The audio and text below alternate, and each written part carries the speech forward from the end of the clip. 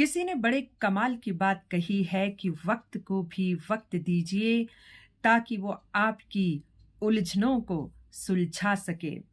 तो इसी बात पे एक छोटी सी कहानी मैं आपको सुनाने जा रही हूँ महात्मा बुद्ध की। महात्मा बुद्ध अपने शिष्यों के साथ एक जगह से दूसरी जगह जाते रहते थे और लोगों को अच्छी-अच्छी बातें बताते थे, जिन्हें कि हम उपदेश कहते हैं। उपदेशात्मक बातें वो लोगों के साथ किया करते थे और बुद्ध धर्म का प्रचार भी कर रहे थे। तो एक बार ऐसे ही महात्मा बुद्ध गर्मी की भरी दोपहरी में किसी जंगल से क्रॉस कर रहे थे और पास ही गांव था। बहुत थक चुके थे, उन्हें एक वट वृक्ष दिखा विशाल।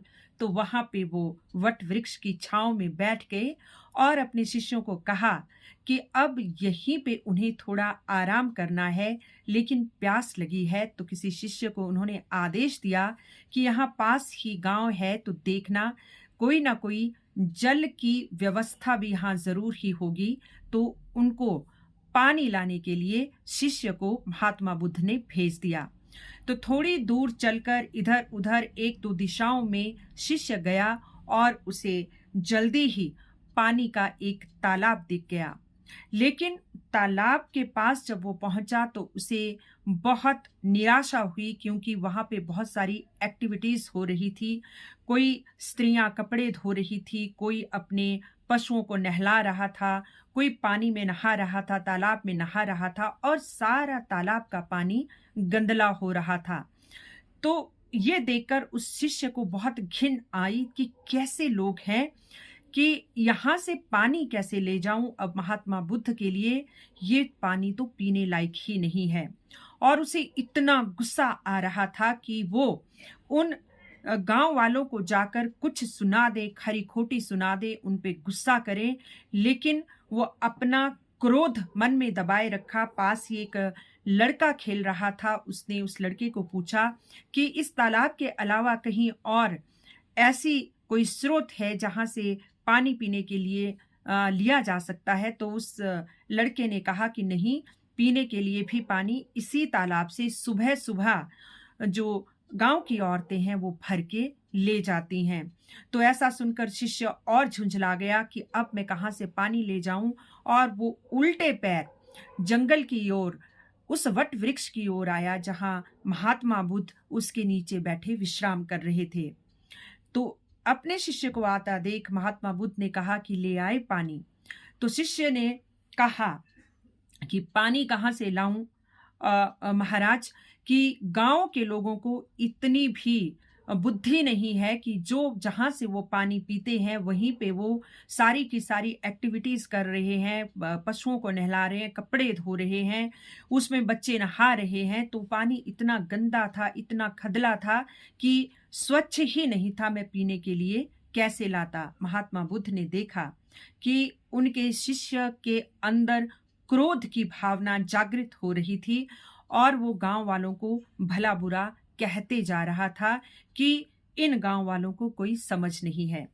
तो महात्मा बुद्ध ने अपने शिष्य से कहा कि कोई बात नहीं वत्स, शांत हो जाओ, शांत शांत हो जाओ। पानी तो हम उसी तालाब का पिएंगे, लेकिन पहले तुम थोड़ा शांत हो जाओ, मैं इंतजार कर लूंगा। तो शिष्य की बात समझ नहीं आई कि इतना कुछ सुनाने पर भी महात्मा बुद्ध बिल्कुल भी विचलित नहीं हुए, शांत रहे। अब 2-3 घंटे के बाद महात्मा बुद्ध ने फिर उस शिष्य को कहा कि अब जाओ और अब जाकर उस तालाब से पानी लेके आओ। तो वो शिष्य कहता है कि मुझे ये बात समझ नहीं आ रही है कि मैंने आपको कह दिया कि उस तालाब का पानी पीने लायक नहीं है, वहां पे कुछ जो ऐसी एक्टिविटीज हो रही हैं जिन्होंने पानी को गंदा कर रखा है, तो वहां जाकर फायदा क्या। तो महात्मा बुद्ध कहते हैं बड़े शांत स्वभाव से कि कोई बात नहीं, आप जाकर तो देखो। तो शिष्य वहां झुंझलाता हुआ चला जाता है, तालाब के पास पहुंचता है, दूर से देखता है कि अब तालाब के आसपास कोई भी नहीं था। और जब बिल्कुल तालाब के समीप पहुंचता है तो देखता है, हैरान हो जाता है, तालाब का पानी बिल्कुल निर्मल, बिल्कुल स्वच्छ था। तो शिष्य हैरान हो गया, लेकिन उसने तालाब के एक कोने से जहां उसे लगा कि यहाँ पे कोई उस समय एक्टिविटी नहीं हो रही थी, वो वहीं से पानी भर के उस बर्तन में ले जाता है और महात्मा बुद्ध के पास पहुंचता है और कहता है कि महाराज मुझे ये बताएं कि आपको ये पता कैसे चला कि पानी जो है अब स्वच्छ हो गया होगा। तो महात्मा बुद्ध कहते हैं कि बड़ी छोटी सी बात है कि जब उस पानी में उथल पुथल हो रही थी तो उसके अंदर आसपास मिट्टी वगैरह उसमें मिल रही थी और वो पानी आपको खदला दिख रहा था। और जब एक्टिविटीज बंद हो गई, पानी शांत हो गया, तो उसके अंदर की जो मिट्टी थी, क्ले, सिल्ट जो भी थी, वो धीरे धीरे अपने आप ही नीचे बैठ गई और पानी अपने रूप में आ गया, स्वच्छ रूप में आ गया। तो दोस्तों, इस कहानी का मेरा आपके साथ साझा करने का केवल यही एक कारण है कि ये बात भले ही तालाब और पानी की हो रही है, लेकिन वो तालाब हमारा मस्तिष्क भी है, हमारा दिमाग भी है, और जो पानी है वो हमारी नकारात्मकता है। बहुत बार आपके साथ ऐसा होता होगा कि कोई इंसान आपके साथ कुछ गलत कहता है, कुछ गलत करता है, तो आपके मन में ये भावना आती है कि अभी तपाक से उसको उसका जवाब दे दिया जाए, उसका उत्तर दे दिया जाए, भले ही मारपीट से, भले ही बुरे शब्दों से, ताकि आपको शांति मिले। लेकिन आप अपने आप को कुछ देर रोक के देखिएगा, वक्त दीजिएगा अपने आप को। जब कोई आपको आहत करता है तो थोड़ा वक्त दीजिएगा। यकीन मानिए 3-4 घंटे के बाद आपको स्वयं लगेगा कि ये तो कोई बात ही नहीं थी कि जिसमें मैं गुस्सा करूं। और थोड़ा वक्त और जब व्यतीत हो जाएगा तो आपको ये भी इस बात समझ में आई थी कि इस बात में आपकी भी कहीं ना कहीं कोई गलती थी।